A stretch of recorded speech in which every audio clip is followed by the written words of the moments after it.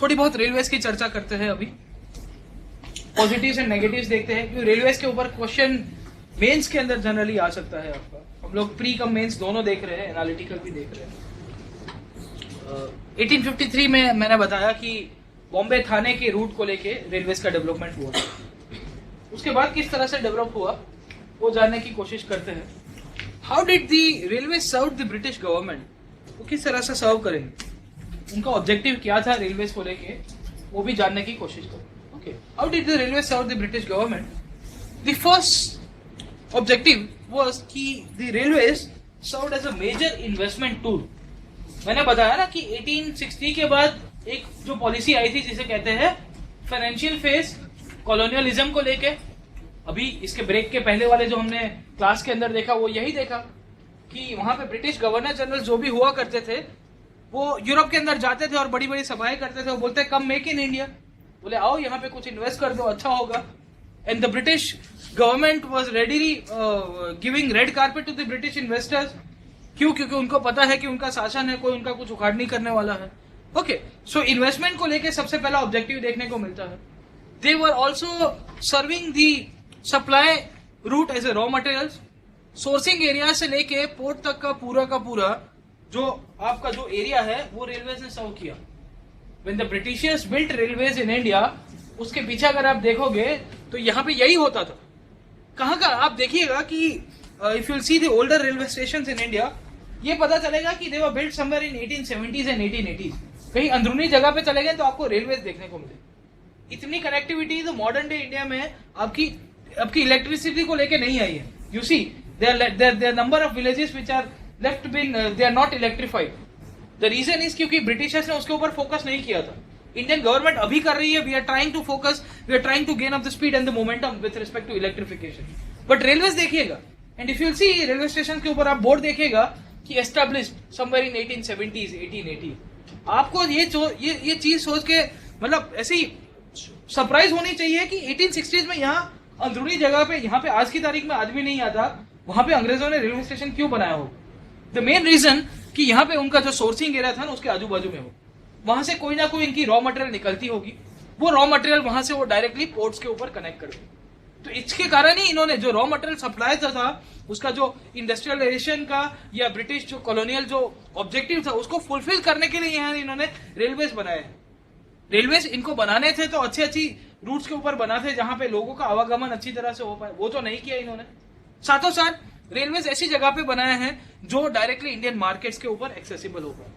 जैसे ही पोर्ट्स के ऊपर से ब्रिटिश गुड्स मार्केट के अंदर, इंडिया के अंदर कैसे घुसेगी, तो उसके लिए भी इन्होंने रेलवे का अच्छी तरह से प्रचार किया था।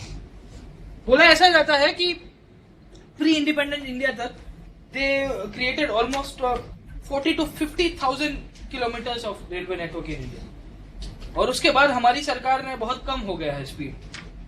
The objective of the creation of the railway infrastructure was this only. At that time there was nothing called as democracy, कि जहां पे आपकी लैंड एक्वायर करनी हो तो सरकार रातों रात लैंड एक्वायर कर देगी। आज की तारीख में लैंड एक्वायर करने के पीछे सरकार को मतलब हो जाता है कि सालों निकल जाएंगे तो भी नहीं हो पाए। क्यों? क्योंकि आपको लगता है कि आपके साथ अन्याय हुआ है, you can go to court of law. At that time अगर आपको रेलवे बनानी थी तो आपने रेलवे बनाई है, उसके पीछे भी आपने डायरेक्टली मन कर दिया, रिजोल्यूशन पास कर दिया, ऑर्डिनेंस ला दिया, खत्म हो गया, लैंड एक्वायर हो गई। 1 हफ्ते 15 दिन 2 साल 5 साल के अंदर आपकी रेलवेज का डेवलपमेंट देखने को मिलता रहेगा। Later on they also develop the railways with respect to strategic purpose. यहाँ पे इजी मूवमेंट ऑफ गुड्स तो हो पाए, इजी मूवमेंट्स ऑफ ट्रूप्स भी होनी चाहिए। They wanted to establish a base in India, और यहाँ पे एक अच्छा बेस, कंसोलिडेटेड बेस तभी हो पाएगा जब आपकी troop deployment end to end corners तक होगा। आज की तारीख में भी यही है ना, स्ट्रेटेजिक पर्पस को लेके अगर आप बात करोगे, आप पहाड़ी वाले विस्तार के अंदर या बॉर्डर वाले विस्तार के अंदर क्यों देखा करते हो कि आपके रास्ते और उसके ऊपर ज्यादा फोकस किया जाता है? क्यों? क्योंकि अगर आपको कहीं पे युद्ध करना है या आपको अपने डिफेंस मैकेनिज्म अच्छी स्ट्रॉन्ग करनी है, then you need a good infrastructure. By that time the Britishers wanted to rule over India in a very cunning way, in a very cruel way, और वो क्रूअलिटी का जो पूरा का पूरा उनका जो ऑब्जेक्टिव फुलफिल करना है, वहां पे रेलवेज का डेवलपमेंट तो होना ही चाहिए, वरना आए दिन विद्रोह तो होते रहे हैं। Revolt took place at each and every corner of this country, और हर एक को आपको सप्रेस करना है तो सप्रेस करने के पीछे फोर्स भी भेजनी होगी। वो फोर्स आप रेलवेज के थ्रू बेच सकोगे। Also benefited the heavy industries of England. ऊपर से यहाँ पे इंग्लैंड के अंदर जो बड़ी बड़ी हेवी इंडस्ट्रीज थी उसका भी फायदा रेलवे करा के दी। हम लोग जानने की कोशिश करते हैं कि what was the impact of railways on India. भारत के अंदर रेलवेज का इम्पैक्ट कैसा रहा। जनरली इम्पैक्ट ऑफ रेलवेज को लेकर जब प्रश्न पड़ता है तो पॉजिटिव एंड नेगेटिव के पॉइंट ऑफ व्यू से आप देख सकते हैं। पॉजिटिव एंड नेगेटिव के पॉइंट ऑफ व्यू से अगर आप देखोगे तो आपको पहला समझना पड़ेगा वो है ब्रिटिश रेलवे पॉलिसी। अंग्रेज जब यहाँ पे आए तो उनकी रेलवे को लेकर नीति क्या थी। The Britishers came to India और इन्होंने बताया कि हम लोग भारत का विकास कर रहे हैं, सबका साथ सबका विकास। द रियलिटी वॉज कि भारत का साथ अंग्रेजों का विकास। सच्चाई यही थी कि ये लोग भारत का साथ तो ले रहे थे पर विकास खुद का कर रहे थे। तो बोले सबका साथ अपना विकास वाली जो पूरी की पूरी जो थियरी है उसको फॉलो करने वाले लोग थे। देखिए मैंने आपको बताया अभी तक ब्रिटिश रेलवे पॉलिसी यहाँ तक ही सीमित थी कि रॉ मटेरियल ये रेलवेज के थ्रू एक्सपोर्ट करते, फिनिश गुड्स रेलवे के थ्रू यहाँ पे लेके आते और बोलते भारत का विकास करेंगे। When the first point of the railway development comes in your mind, you should see that railway used to function as a colonial tool. एक साम्राज्यवाद का एक अच्छा ही खासा एक खिलौना के तौर के ऊपर रेलवे का उपयोग किया जाता था, वो चाहे रॉ मटेरियल हो या फिनिश गुड्स को लेके। लेटर ऑन ये पूरा का पूरा जो मार्केट जो था फिनिश गुड्स का हो या रॉ मटेरियल का, उसके ऊपर मोनोपोली किसकी हुआ करती थी? भारतीयों की। भारतीयों को तो ट्रेडिंग पता ही नहीं था कैसे होता है। The monopoly was of only of the English traders. यहाँ पे जो अंग्रेज व्यापारी थे उनका ही पूरा का पूरा शासन हुआ करता था व्यापार को लेके, and they used to monopolise the trade. ऐसा बोला जाता है कि जो ट्रेडिशनल इंडस्ट्रीज थी भारत की, which were already in trouble and which were facing the hits of the English market and the English goods, they got a final blow by railways. Are you getting my point? मैंने आपको एक point बताया था वो है D industrialisation. जब D industrialisation हुआ भारत के अंदर तो डी इंडस्ट्रियलाइजेशन को लेके एक चीज जानने को मिल रही थी, वो है डोमेस्टिक मार्केट को किस तरह से खत्म किया गया। डोमेस्टिक मार्केट के पीछे मैंने आपको बताया कि जो इंडियन जो रूलिंग क्लास था या इंडिया का जो नया मिडिल क्लास था, दे वर फॉन्ड ऑफ इंग्लिश गुड्स। वो इंग्लिश गुड्स आए कैसे? इंटीरियर एरियाज में कैसे पहुंचे होंगे? वो इंटीरियर एरियाज में पहुंचे रेलवेज के थ्रू। अगर रेलवेज नहीं आई होती तो जो इंटीरियर एरियाज के अंदर जो ट्रेडिशनल इंडस्ट्रीज है उनकी डिमांड बरकरार रहती कि नहीं रहती?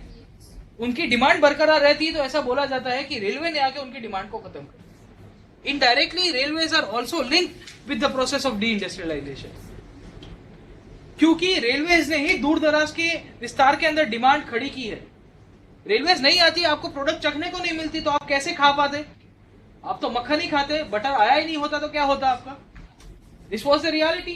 तो मक्खन की इंडस्ट्री ट्रेडिशनल चलती रहती तो डेयरी इंडस्ट्री को आपको फटका नहीं पड़ता, उसको इंपैक्ट नहीं देखने को मिलता। सो रेलवेज, और उसमें भी ये मोनोपोली इंग्लिश ट्रेडर्स की हुआ करती थी, इसके लिए उनका ही विकास हुआ। तो इंडिया के अंदर डी इंडस्ट्रियलाइजेशन का प्रोसेस भी रेलवेज को एट्रीब्यूट किया जाता है। भारत के अंदर भी औद्योगिकरण हुआ, उसके पीछे भी ये ब्रिटिश इंडिया की जो रेलवे पॉलिसी थी उसके साथ लिंक्ड अप। दूसरा मैंने बताया कि रेलवे पॉलिसी को लेकर ही हम लोग चर्चा कर रहे हैं, और चर्चा के साथ ये मुद्दा जानने को मिलता है कि रेलवेज से इंडस्ट्रियलाइजेशन को बहुत बढ़ावा मिला है।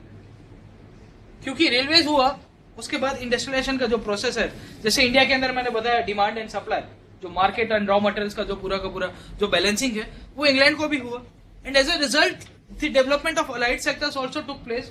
उसके आजू बाजू के जो एंसिलरी सेक्टर्स थे उनका भी विकास हुआ, इंडस्ट्रियलाइजेशन। मैंने बताया नैनो का एग्जांपल हम लोग लेते रहते हैं क्लासरूम्स के अंदर, यहाँ पे भी ये चीज आपको देखने को मिलेगी। Next you see when you compare to India, India के अंदर रेलवेज तो इन्होंने इंट्रोड्यूस कराया भाई साहब, बट व्हाट हैपेंड? इंडिया के अंदर इंडस्ट्रियलाइजेशन हुआ? यू सी कि इंडिया के अंदर इंडस्ट्रीज बनी कभी नहीं बनी। Nothing sort of this thing took place. Even by 1910 the rail track was imported from England. आपको इंडिया के अंदर रेलवे बोला जाता है कि we are developing India through railways. The British railway policy always talks about this thing, but when you try to see 1910 तक तो आपको रेलवे की पटरी भी इंग्लैंड से इंपोर्ट करा रहे थे। अगर आपको इंडिया को डेवलप कराना है तो कम से कम यहाँ पे इंडस्ट्रीज लगा देते रेलवेज की, 3-4 पटरी बनाने की फैक्ट्री लगा देते, उतना तो लोगों को फायदा होता। वो भी नहीं कराया गया। 1940 तक आपकी इंजन एंड मशीनरी जो भी इंपोर्ट थी वो भी इंग्लैंड से आ रही है। सो एसेंशियली यू सी कि railway were just a tool for the exploitation. whenever we talk about the British railway policy, ये चीज जानने को मिलती है कि ये तो एक खिलौना ही था। अगर करना ही था आपको विकास तो अच्छा खासा करते। ये कुछ भी रेलवे के साथ, जो रेलवे की जो अलाइड इंडस्ट्री थी वो भी इन्होंने नहीं डेवलप करना। वो तो पोस्ट इंडिपेंडेंस इंडिया के अंदर अगर आप इसके बाद देखोगे वो पूरा का पूरा डेवलपमेंट होता है इकोनॉमिक एस्पेक्ट। तीसरी नीति के साथ ये बोला जाता है वो है रेलवे के अंदर इन्वेस्टर। मैंने आपको बताया कि how did the railway serve the British government. उसमें एक सबसे पहला पॉइंट था, they served as a investment to the British capital. Who was the investor of this capital? कौन हुआ करता था? The British government and the businessman. Government तो इनिशिएटिव दिया करती थी, मैंने बताया ना कि अश्योर्ड 5% डिविडेंड, बोले भारत के अंदर इन्वेस्ट करो और मतलब आप सो जाओ इन्वेस्ट करके, आपका पैसा नहीं डूबेगा। पैसा किसका जा रहा था? भारत के लोगों का। दिस अश्योर्ड 5% डिविडेंड वो किसके बाप का था? वो हमारे लोगों का था। Where does this dividend come from? The dividend come from the Indian people's taxes, essentially drain of wealth. So railways are also linked to the drain of wealth. हम लोग बहुत ही 3-4 कड़ियों जोड़ के बताने की कोशिश कर रहा हूं मैं आपको। डायरेक्टली नहीं है, डायरेक्टली ड्रेन ऑफ वेल्थ के अंदर तो आपका जो सामान जाएगा उसके अंदर ही दिखेगा। पर रेलवे के अंदर इन्वेस्टर को बोला जाता था कि आपको 5% अश्योर्ड डिविडेंड देंगे, आप भारत के अंदर इन्वेस्ट करेंगे। ये 5% डिविडेंड कौन कमा के देगा? बोलेगी सरकार किसके पास से लेगी? बोले भारत के प्रजा के पास से। वो प्रजा के पास का वो पैसा किसको कहते हैं? आप उसको ड्रेन ऑफ वेल्थ कहते हो ना, उसी को ड्रेन ऑफ वेल्थ कहते हैं। Unilateral drain of money from India to England was drain of wealth. तो ये रेलवेज के दौरान ही ये देखने को मिलता है कि drain of wealth is also attributed to the development of railways in India. भारत के अंदर जो रेलवे का विस्तार हुआ, उसका जो विकास हुआ, उसके पीछे भी आपको ये ब्रिटिश की पॉलिसी देखने को मिलती है। Railways are also responsible for mine. यहाँ पे जो अकाल हुआ करते थे उसके पीछे भी रेलवेज बहुत सारी रिस्पॉन्सिबल है। मैंने आपको बताया कि the grains, due to the development of railways, the grains were brought from port city to rural areas और to rural areas from port city. अब आप देखिए कि ये पोर्ट्स से आपके जितने भी ग्रेन्स थे वो कहाँ जाते थे? एक्सपोर्ट कर दिए जाते थे। अगर लोकल मार्केट के अंदर रहते तो एटलीस्ट कहीं पे डिमांड कम होती, कहीं पे सप्लाई ज्यादा होता, तो you can have easily balance this. यहाँ पे तो ऐसा आता था कि यहाँ गांव से डायरेक्टली पोर्ट के ऊपर चले गए और पोर्ट से डायरेक्ट भेज दिए। दूसरा, आपको ये चीज भी देखने को मिलती है कि स्कैसिटी इसके कारण खड़ी हो जाएगी, और जिस दिन स्कैसिटी खड़ी हो गई और आपका मॉनसून फेलियर हो गया, उस दिन क्या होगा? फेमाइन हो जाएगी। फाइनली इंडियन फार्मर जो पॉवर्टी की तरफ धकेले जा रहा था ना, वो भी रेलवेज के कारण। अगर रेलवेज नहीं होती तो भारत के किसान की हालत इतनी बदतर भी नहीं कही जा सकती। बट रेलवेज के कारण ही ये पूरा का पूरा जो साइकिल चलता है। Railways basically act as a facilitator, be it in the process of de industrialisation, be it in the process of drain of wealth, be it in the process of destruction of Indian agriculture. Railways ने ना catalyst का काम किया। ये catalyst का काम के दौरान ही रेलवेज ने पूरे के पूरी भारत की जो इकोनॉमी थी उसका बंटाधार की। Peasants were also encourage to go crash crops, और ये कैश क्रॉप्स भी कहाँ जाया करते थे? इंडिगो इंडिया में थोड़ी रहता था। Indigo used to go to England, cotton यहाँ पे थोड़ी रहता था।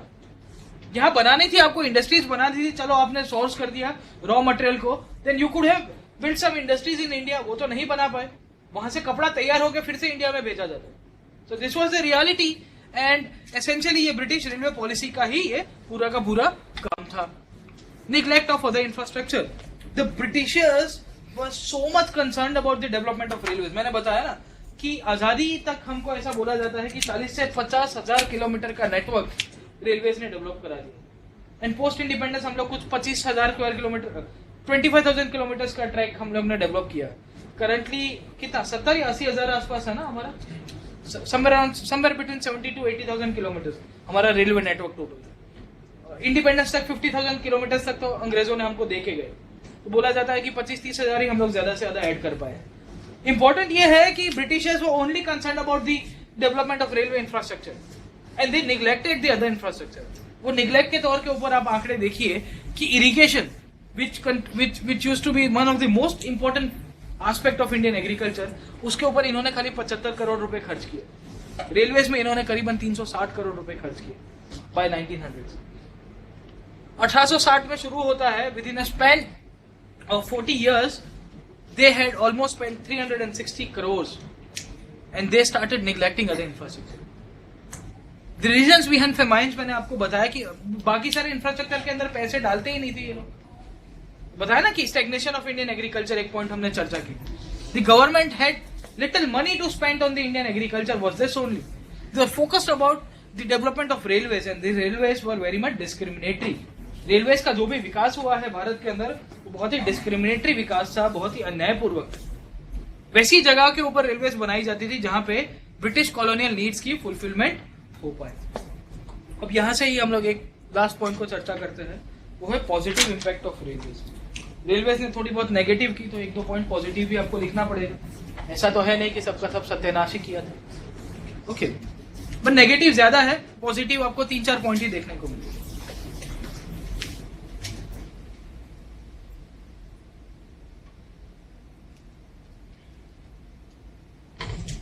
पॉजिटिव इम्पैक्ट क्या क्या रही है रेलवे को लेकर वो जानने की कोशिश करता है. First and the foremost point was the railways connected different parts of India.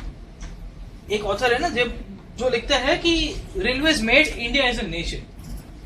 अगर रेलवे नहीं होती तो हम लोग एक राष्ट्र राज्य के तौर के ऊपर या एक राष्ट्र के तौर के ऊपर हम लोग मजबूत नहीं होते. यू सी कि रेलवेज के कारण आपका गुड्स एंड ट्रूप्स का फैसिलिटेशन तो होता था.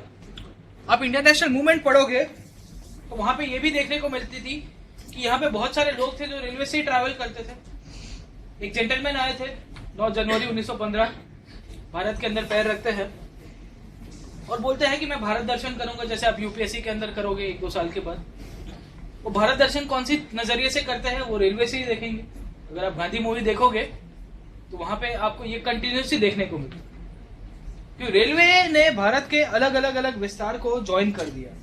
And when this joining took place of different places, तो इंडिया का जो इंटरनल ट्रेड एंड कॉमर्स है उसको बूस्ट मिलेगा कि नहीं मिलेगा. आज भी यही है ना, dedicated freight corridor, DMIC, Delhi Mumbai industrial corridor. वो फ्रीट कॉरिडोर क्यों कहते हैं? क्योंकि अलग अलग रीजन को ज्वाइन कर रहा है. ज्वाइंट के साथ साथ आपके ट्रेड एंड कॉमर्स को इम्पेटस बहुत मिलता रहता है. सो एक ट्रेड एंड कॉमर्स का जो इकोनॉमिक एस्पेक्ट है, जब ये अलग अलग विस्तार को ज्वाइन कर देगा वो तो आपको देखने को मिलेगा. सो इंडिया का जो इंटरनल ट्रेड था, जो डोमेस्टिक ट्रेड, उसको तो फायदा मिला ही है. नो डाउट अंग्रेजों ने उसका सत्यानाश कर दिया था, but definitely we can write one point कि यार ये तो मिलता ही रहता हो. Secondly, when the people of different areas started meeting together, तो यहां से ही आपकी राष्ट्रवाद की भावना बढ़ गई. यू सी, कांग्रेस के सेशंस के दौरान आपका जो जैसे होम रूल के दौरान 1916 में हुआ था लखनऊ के अंदर सेशन, लखनऊ पैक्ट, ये लखनऊ का समझौता भी गया. वहां पे ऐसा बोला जाता है कि वो ट्रेन का नाम दिया गया था होम रूल एक्सप्रेस. क्यों? क्योंकि लखनऊ के अंदर होम रूल जितने भी कार्यकर्ता थे होम रूल लीग के, वो सबके सब ट्रेन में बैठ के एक जगह से दूसरी जगह पे जा रहे हैं. तो रेलवे ऐसा थोड़ी, रेलवे मना थोड़ी करेगी कि मैं सामान को लेके जाऊंगी और आदमी को नहीं लेके जाऊंगी. ऐसा थोड़ी है कि रेलवे इंजन मना कर देगा कि नहीं आप मत बैठिए. No doubt the people of India were discriminated with respect to the sittings in the railway, कि इसको एक हद से ज्यादा आगे नहीं बैठने देना है, फर्स्ट क्लास में खाली अंग्रेजी बैठ पाएंगे. बट इंपॉर्टेंटली यहाँ पे नेशनलिस्ट फीलिंग्स बहुत बढ़ गई. बंगाल का आदमी गुजरात जाने लग गया, गुजरात का आदमी बंगाल जाने लग गया, दोनों मिला के पहुंच गए अंडमान काला पानी के अंदर. बोले यही सच्चाई थी. एक को भेज दिया आपके रंगून, ठीक है, ससुराल भेज दिया करते थे अंग्रेज. एंड एज अ रिजल्ट सबके अंदर राष्ट्रवाद की जो गंगा जमुना थी ना, वो रेलवेज के कारण बैठी. अगर रेलवेज नहीं होती तो we could not have the exchange of ideas and people. और वो नहीं होता तो आपका जो नेशनलिस्ट फीलिंग और नेशनलिस्ट मूवमेंट जो है, जो इंडियन नेशनल मूवमेंट है, वो भी स्ट्रांग नहीं हो पाता.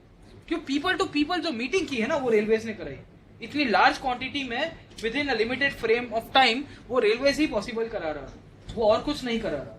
सो पॉजिटिव एस्पेक्ट आपको देखने को मिलेगा कि अंग्रेजों ने तो अपने ऑब्जेक्टिव से रेलवे बनाया था, बट हमने उसका एक अच्छा यूज कर दिया. हमने यूज यही किया कि हमने हमारी नेशनलिस्ट फीलिंग्स को प्रमोट किया. तो रेलवे बहुत ही जज्बाती इशू हो जाता है.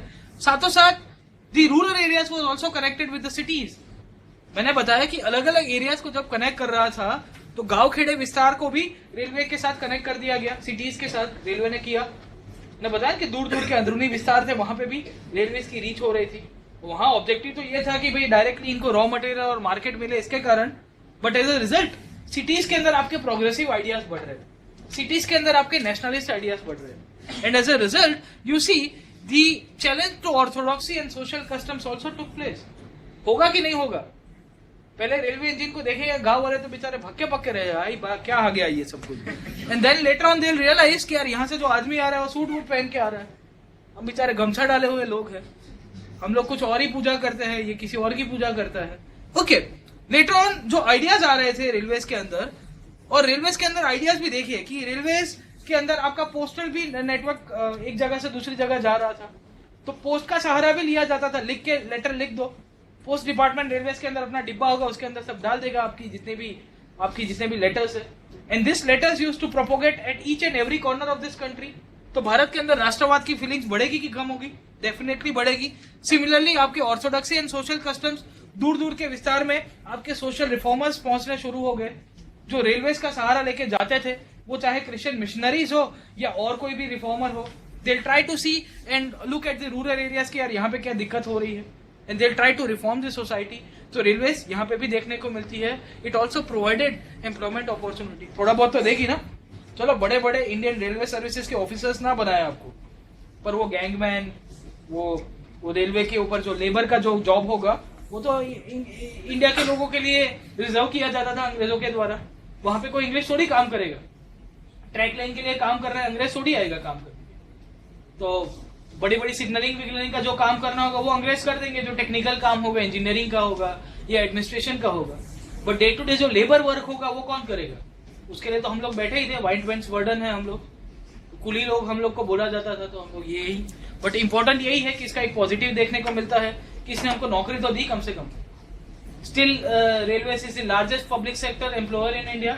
16 लाख से ज्यादा लोगों को आपका एम्प्लॉयमेंट है, डायरेक्ट इनडायरेक्ट तो इससे भी ज्यादा हो जाएगा, डायरेक्ट ही 16 लाख के आसपास बोला जाता है। So this was the reality. So British rule के ऊपर जब रेलवेज की इम्पैक्ट की बात होती है तो हमने अभी तक उसके जो पॉजिटिव एस्पेक्ट देखे थे, साथों साथ उसके नेगेटिव एस्पेक्ट की भी जानने की कोशिश की थी।